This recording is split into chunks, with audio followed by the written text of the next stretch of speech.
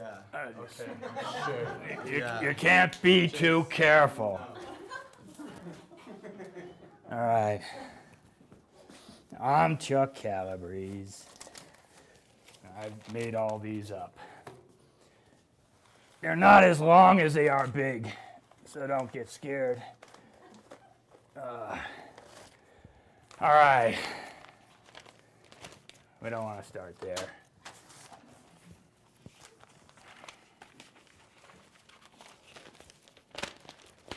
This just makes things easier. All right. It's called autohagiography. Anybody know what a hagiography is? I didn't think so.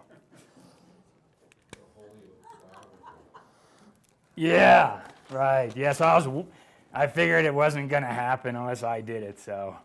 Autohagiography is a little introduction, give you an idea of who I am, sort of. Chuck Calabreze is not getting his lands in order. He's not saying please and thank you. He's not excusing himself from the table. Chuck Calabreze is not thanking you for your patronage. He's not having a nice day. Chuck Calabreze is not working on himself. Not taking it one step at a time. Chuck Calabreze doesn't give a fuck, really. He's not going slowly. He's not regarding others' feelings. He's promised to fuck you up, and you, and you, and you.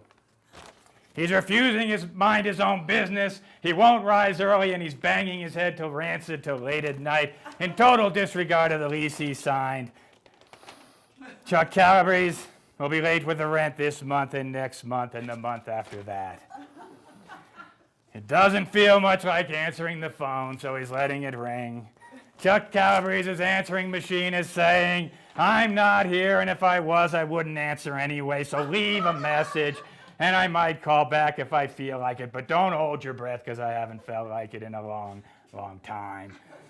Chuck Calabrese is bouncing checks. He's checking 18 items in the 15 or fewer line. He's refusing to save. He's spending way beyond his means. He's neither frugal nor thrifty nor wise. He's not praying for peace. And God forbid he's not chanting in the Arboretum. He's not recycling. His cholesterol is way out of line. He's not giving anything up. Chuck Calabrese does not mean well. He's not trying his best. He won't be patient. He won't act his age. He's drooling on the pillow, pissing on the seat. He drives in the passing lane, passes in the breakdown lane. He doesn't care whether bridges freeze before road. Chuck Calabrese has refused to find the lowest cost long distance carrier. When he wants something, he shouts and shouts until he gets it. When he gets it, he whines. That is not exactly what he wants.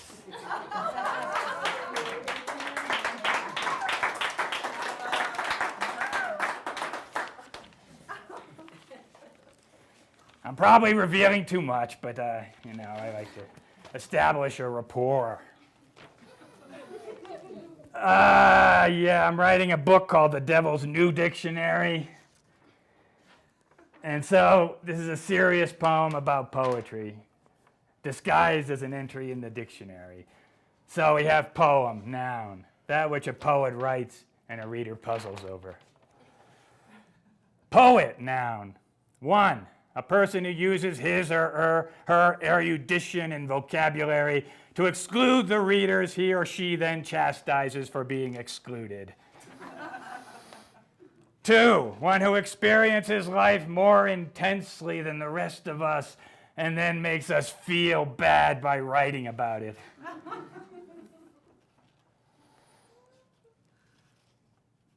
3, one who values one's enterprise beyond all others despite or because of the fact that the enterprise is not valued at all by anyone else.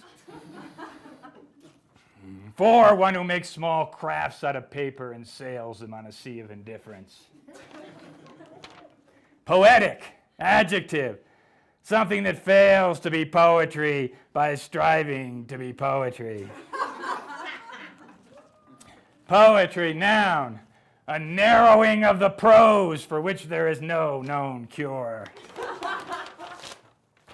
Here's a little poem I didn't even know was here. Honored poet, his confidence rose in proportion to his work's decline. You know that guy. All right.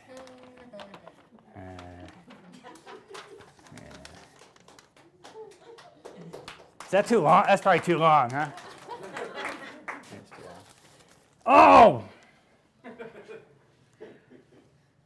Another book I'm writing. Well, I was writing this book, and then I realized it didn't need to be a book. It just needed to be 2 sentences. And this is, the book is called A Man's Guide to Relationship Dynamics. And so I got it all I went to therapy for a while after my divorce, and the therapist said, "You're unfit for human relations." And I thought, whew, that's a relief. A Man's Guide to Relation Dynamics. 2 words. 1, incommunicative. What a man is when he won't say what he feels. 2, inappropriate. What he is when he does.